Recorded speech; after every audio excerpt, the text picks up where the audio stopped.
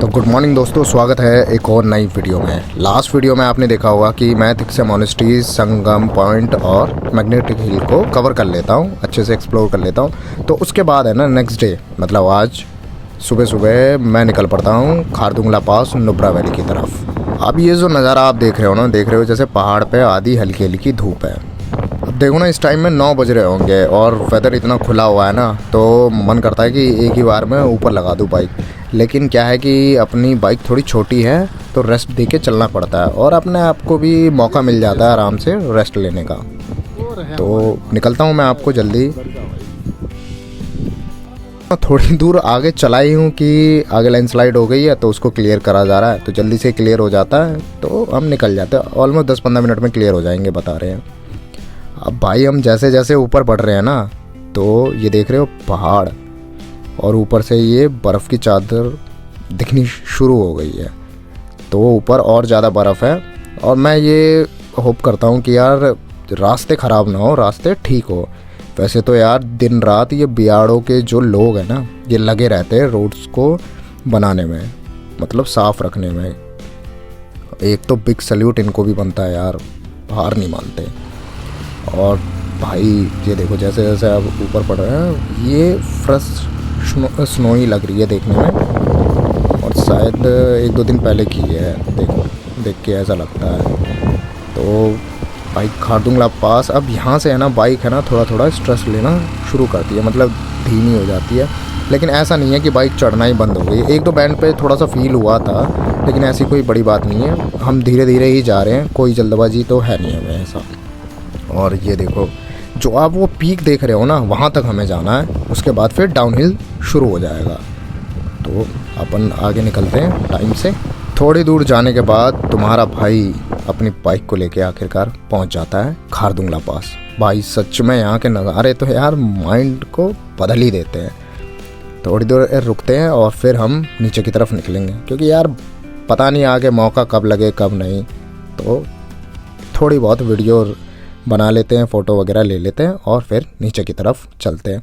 और वहाँ अपने सारे भाई लोग लगे हुए हैं वीडियोग्राफी करने में, क्योंकि सबका पहली बार है और नेक्स्ट ईयर मौका मिले ना मिले तो जितना आए हैं कवर करने की कोशिश। और यहाँ जो आप देख रहे हो ना, ये सारी लोकेशन दी हुई है, तिक्से मोनेस्ट्री, हुंदर और नुब्रा वैली की तरफ। वैसे तो अब सीधा हम नुब्रा वैली ही पहुँचेंगे। शाम होने से पहले पहुँच जाए तो ज़्यादा अच्छा है, क्योंकि एक अच्छा मौका मिल जाता है ना कि टेंट कहाँ लगाए। वैसे तो वहाँ पे ओपन एरिया है, वहाँ हम लगाने की कोशिश करेंगे। ये इन सब की, मेरे भाइयों की फ़ोटोग्राफी ख़त्म हो जाए तो हम बढ़ते हैं आगे की तरफ।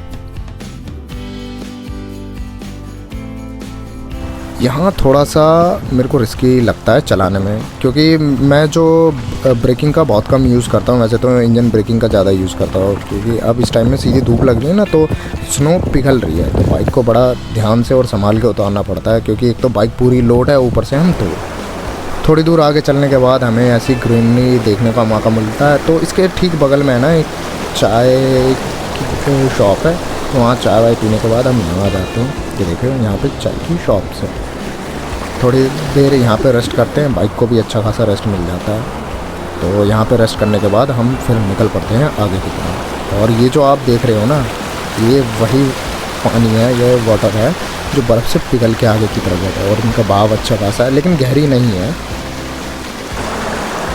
ये देखो इनका बहाव कितना तेज है। उधर यहाँ के गाय भैंस जो भी है वो चर रही है। अब यहाँ की एक अच्छी बात मेरे को और ये लगी कि जैसे पहाड़ पे है ना, अब यहाँ पे जो अंधेरा है ना जल्दी नहीं होता। कहने का मतलब 7-7:30 बजे तक रोशनी रहती है, तो ये एक अच्छा बेनिफिट हो जाता है। दूसरी बात ये है कि वैसे तो हमें जो टेंशन रहती है उसी की टेंट हम कहाँ पे लगाए, क्योंकि हमने सिर्फ एक ही जगह अभी तक रूम लिया, वो ले सिटी में, वरना वहाँ पे भी कोई ऐसी ज़रूरत नहीं थी, क्योंकि हम सारा सामान लेके चल रहे हैं और बाइक वो चार्ज वगैरह की किसी चीज़ की भी कोई दिक्कत नहीं है, क्योंकि वो सारी हमारी बाइकों पे लगा हुआ है। तो भाई बहुत रेस्ट ले लिया, अब निकलते हैं आगे की तरफ। भाई अब क्या था कि यहाँ पे मैं ना थोड़ी देर के लिए बाइक को चेंज कर लेता हूँ, तो मैंने अपने ही दोस्त की GT 650 ले लिया और यहाँ से अब भाई अपना इंजॉय चल रहा है, क्योंकि यार मैं बहुत देर से मैं अपनी बाइक चला रहा था तो थोड़ा थका हुआ फील कर रहा था, तो बाइक चेंज कर ली है और मेरी बाइक को श्याम चला रहा है। तो देख ही रहे हो शाइन आगे की तरफ चल रही है और इनकी भी बाइक कमी नहीं है। तो ये रहे दोनों शाइन पे। और सब में अच्छी बात ये है कि भाई ये बाइक पे सारा सिस्टम लगा हुआ है, मतलब म्यूज़िक वगैरह, तो म्यूज़िक को एंजॉय करते हुए चलते हैं। थोड़ी देर आगे पहुंचने के बाद हम आखिरकार नुब्रा वैली पहुंच जाते हैं और टेंट के लिए भी हमें अच्छी खासी जगह मिल जाती। तो देख रहे हो कि यहाँ पे टेंट लगा लिया और यहाँ से 2 किलोमीटर आगे और पीछे दोनों तरफ गाँव है। तो हमें किसी चीज़ की ज़रूरत होगी तो हम जाके ले लेंगे। वैसे तो हमने टेंट लगाने का फाइनल डिसीज़न यहीं किया है, क्योंकि पानी का सोर्स भी यहीं पे है और आगे पीछे दोनों तरफ गांव है, तो कुछ भी चीज़ की ज़रूरत होगी हम वहाँ पे चले जाएंगे।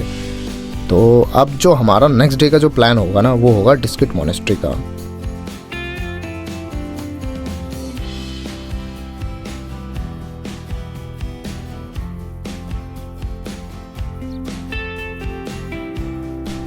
तो रात का मैं कुछ ज़्यादा शूट नहीं कर पाया था क्योंकि हम ज़्यादा थके हुए थे, तो जल्दी जल्दी से हमने टेंट सेटअप कर लिया था। लेकिन आज मॉर्निंग अच्छी खासी हुई है, रेस्ट अच्छा खासा लिया है, तो सुबह का ब्रेकफास्ट वगैरह बन रहा है। तो इसमें ख़ास बात ग्रुप में यही है कि हम सारा काम मिलजुल के करते हैं, जो जैसे उठ जाएगा वो वैसे काम को संभाल लेगा। ओके, उसके बाद खाने का ब्रेकफास्ट का इंतज़ाम देखता हूँ। वैसे तो ये देख लो हमारी सारी बाइकें लगी हुई है लाइन से और सबको मॉर्निंग में उठ के हम कॉल स्टार्ट कर देते हैं। तो सुबह की चाय वगैरह सब कुछ रेडी हो रही है, यहाँ पे सब लगे पड़े हैं। और ये पानी जो आप देख रहे हो ना, कलर ऐसे फ़ोन में देखने में ऐसा है, लेकिन पानी सच में बहुत साफ़ है। तो यहीं से हमने पानी सोर्स कर लिया था, उसको उबाल लिया, फिर उसको छानने के बाद यूज़ में ले लिया। तो देख रहे हो हिमांशु भी लगा पड़ा है अपने काम में। इसके बाद हम खा लेते हैं, अच्छे से ब्रेकफास्ट एंजॉय कर लेते हैं। यहाँ पे सारा हमारा क्रॉकरी जितना भी है, खाने की सबसे अच्छी बात है हमारे पास खाने की कोई कमी नहीं है। हमारे साथ और भी कोई ज्वाइन हो जाएगा, उसको भी हम खिला लेंगे, इतना खाना है हमारे पास। तो इस चीज़ की टेंशन बिल्कुल नहीं है। और धूप भी हल्की हल्की निकल रही है, तो और अच्छा लग रहा है। तो भैया खाना वाना अच्छे से हो गया था और अब हम निकल चुके हैं डिस्किट मोनेस्ट्री की तरफ, मैत्री बुद्धा की तरफ जा रहे हैं। और रोड्स यहाँ पे बढ़िया बनी हुई है, कोई दिक्कत नहीं है, एक बार में अच्छे से पहुँच जाएंगे।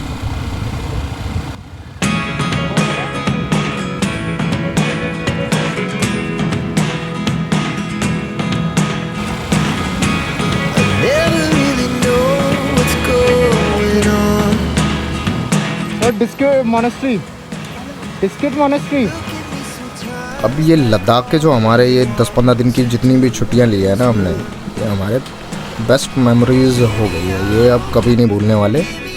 और मेरे लिए तो सब में अच्छी बात ये हो गई है कि यार मेरे पे तो कोई सोर्स नहीं था बाइक का, तो जो मेरे पास बाइक 125 अपनी थी उसी को मैं ले चल पड़ा और साथ में सारे दोस्त भी आ गए। सबसे अच्छी बात ये हो गई है, क्योंकि ट्रिप पे आपके साथ जब दोस्त होते हैं ना, तो वैसे ही ट्रिप मज़ेदार हो जाता है। किसी चीज़ की तो वैसे ही कोई दिक्कत नहीं होती, छोटी मोटी चीज़ें तो हमेशा चलती ही रहती है। और सब में अच्छी एक बात हुई कि हम एक्स्ट्रा फ्यूल कोई कैरी नहीं कर रहे, मतलब लेके तो हम सारा जुगाड़ चले हैं, लेकिन जैसे होता है ना कि यहाँ पे फ्यूल की दिक्कत हो रही है या वहाँ पे, तो हमें जहाँ भी फ्यूल स्टेशन मिल रहे हैं ना, तो हम फ्यूल फिलअप करवाते हुए चल रहे हैं, मतलब टॉपअप करवाते हुए चल रहे हैं। ऐसा नहीं है कि बिल्कुल आगे के ऊपर छोड़ देते कि यार आगे कोई मिलेगा तब करवा लें। मतलब कई बार ये होता है ना कि जैसे कि आप फ्यूल स्टेशन पे गए, वहाँ पे फ्यूल है ही नहीं आपके पास, तो हम ऐसा कुछ रिस्क लेके ही नहीं चल रहे। और एक सब में अच्छी और बात हो रही है कि वेदर है ना सच में बहुत अच्छा हो रहा है। तो हल्की हल्की जो धूप है ना वो बहुत प्यारी लग रही है, और ठंड जैसे शाम को जब ढलने लगती है तब ठंड बढ़ती है, तो उस टाइम तक तो हम टेंट कैंप वगैरह लगा लेते हैं, तो आराम से स्लीपिंग बैग है हमारा, तो कोई दिक्कत ही नहीं होती। और जहाँ हमें लगता है कि आज रात को ठंड ज़्यादा पड़ने वाली है, तो बॉनफायर का इंतज़ाम हम पहले ही करके चलते हैं कि ज़्यादा ठंड होगी तो बॉनफायर जला लेंगे। लेकिन ऐसा कुछ होता नहीं है, क्योंकि हमारे पास जो स्लीपिंग बैग है वो अच्छे खासे कामयाब है, अच्छे खासे क्या पूरा ही कामयाब है, क्योंकि हमने -10 में लास्ट उस स्लीपिंग बैग का यूज़ किया, तो ऐसा कोई दिक्कत नहीं है। और हम पे जो दूसरी बात ये है कि हम कपड़े के लेयर काफ़ी अच्छे खासे लेके चले हैं, तो अगर और भी ज़्यादा ज़रूरत पड़ेगी ना तो 1-2 लेयर ज़्यादा एक्स्ट्रा पहन के सो जाते हैं। हाँ, थोड़ी जो दिक्कत हुई है वो सर दर्द की हुई है और पेट दर्द वगैरह की हुई है, तो मेडिसिन हम पे प्रॉपर है, उसका भी यूज़ कर रहे हैं। अब भाई ऑलमोस्ट हम डिस्किट मोनेस्ट्री पहुँच गए हैं, बस गाँव में घूम रहे हैं एक तरीके से। सामने को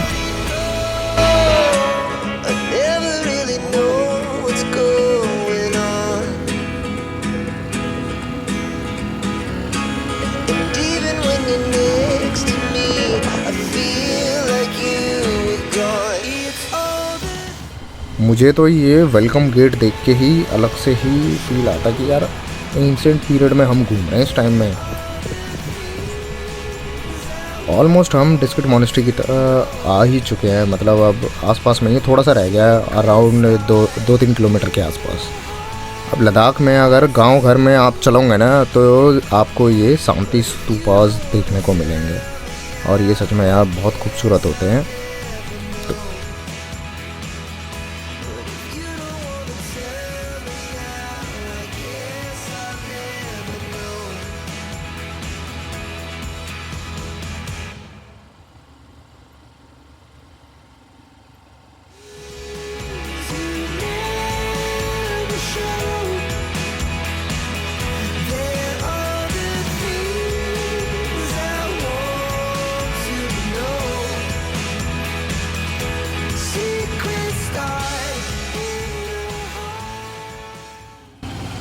झूले झूले झूले ये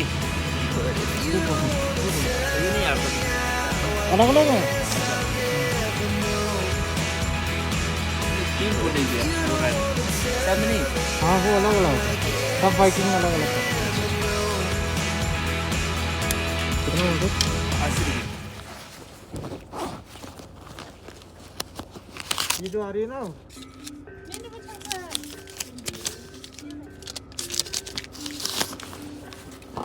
ये लीजिए। Thank you sir. वेलकम। हाँ यार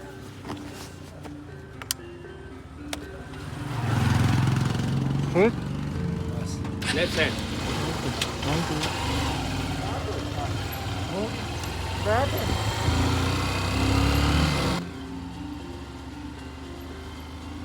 वो ऑन है ना, ऑन है ना, ऑन है ना मोबाइल।